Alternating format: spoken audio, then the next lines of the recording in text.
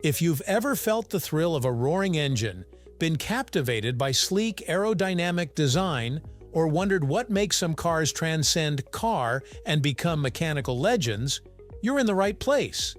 Today, we dive into what exactly defines a supercar, a beast built to chase speed, style, and pure adrenaline. Stick around, we're unpacking history, design, and the brutal reality of owning one of these marvels, right here on History of Simple Things.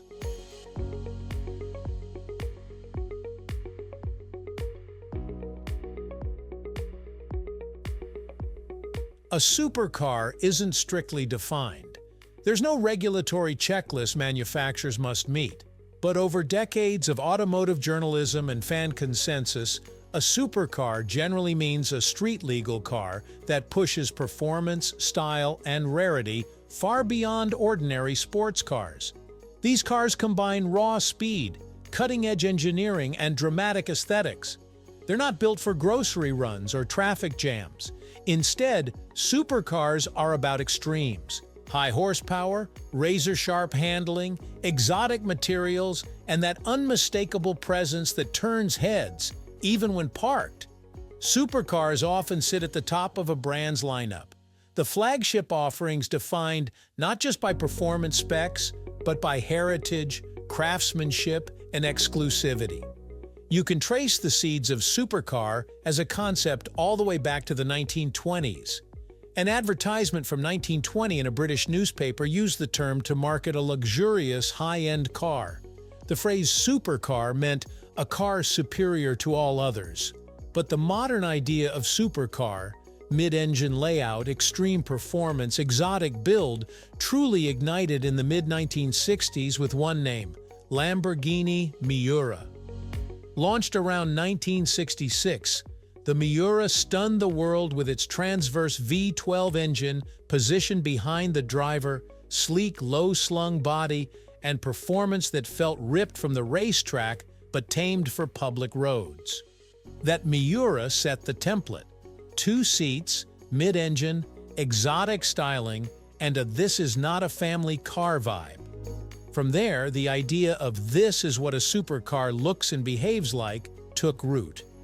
Through the 1970s, 1980s, and beyond, the supercar category morphed, diversified, but kept the same core DNA: performance, exclusivity, and aesthetic drama. Because there's no formal certification, what qualifies as a supercar is always a bit fluid. Still, most of the cars widely accepted as supercars share a number of common traits. 1. Performance beyond the norms.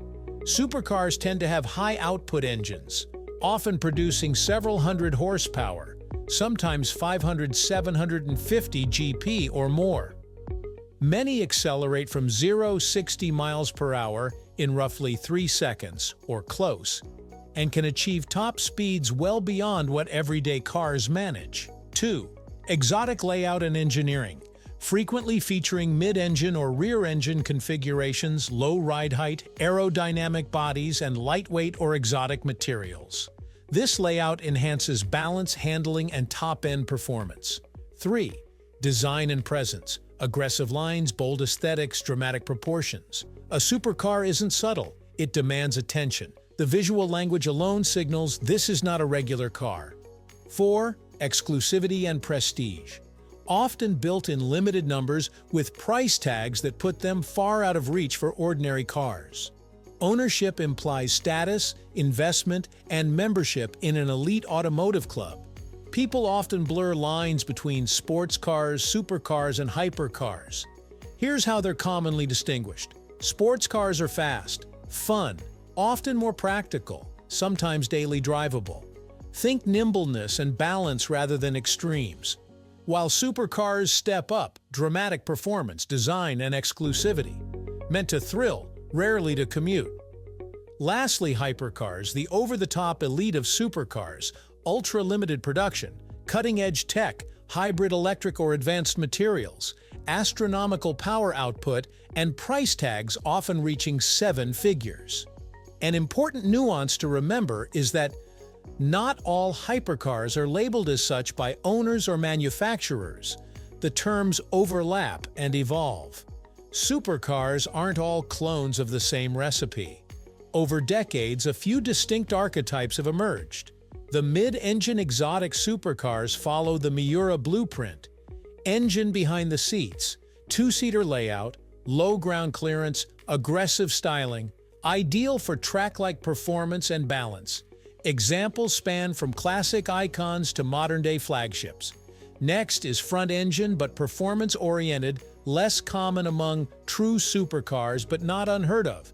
These prioritize powerful engines and grand tourer comfort while still offering edge of performance, speed, and luxury, a compromise between raw performance and usability. Some high-end GTs blur the line here. Lastly, the hybrid technological supercars and the rise of hypercars.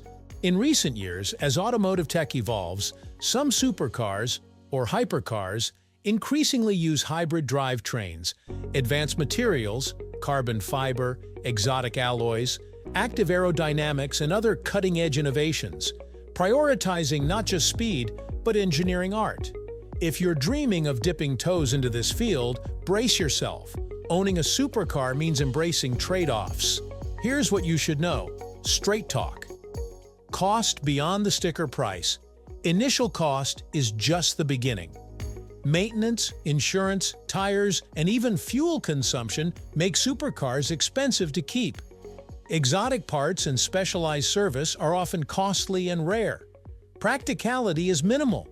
Supercars tend to have low ground clearance, forget speed bumps, tiny trunks, bring only yourself, and aggressive suspension, forget comfort.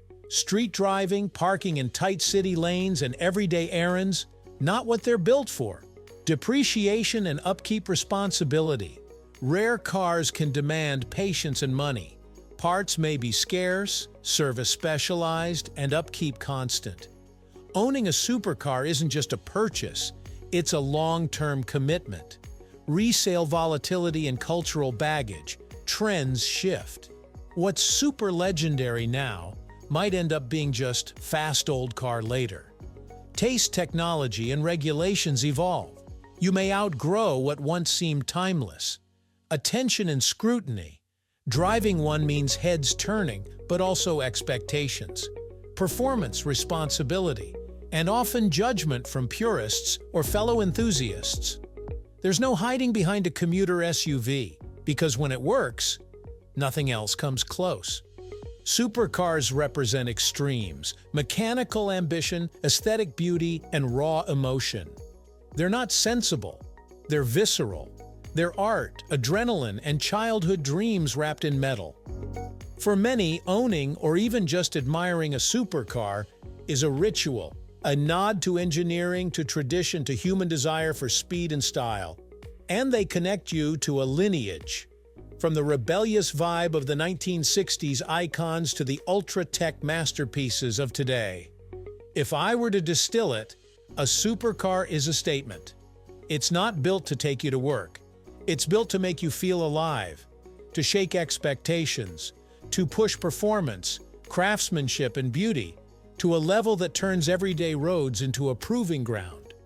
It's a car that demands respect from you and from the road. That demands sacrifice of comfort, convenience, and sometimes sanity. But maybe that's the point, because supercars aren't for everyone. They're for those who believe that fast isn't enough, that beauty isn't optional, that life is too short to drive mediocre machines. So if you go supercar hunting, do it with eyes wide open. Because the thrill is real, the upkeep is real, the trade-offs are real. And if you love cars for what they can be, not just what they are, you might just understand the pull. Yes, this is what a supercar is. Thank you for watching. If you have suggestions for our next video, feel free to share them in the comments below. We'll be sure to give you an acknowledgement for your contribution. If you enjoyed this video, please check out our other bingeable channels. Thank you for joining us on this journey through the history of simple things. Don't forget to like, subscribe, and stay tuned for more stories woven through the smallest details.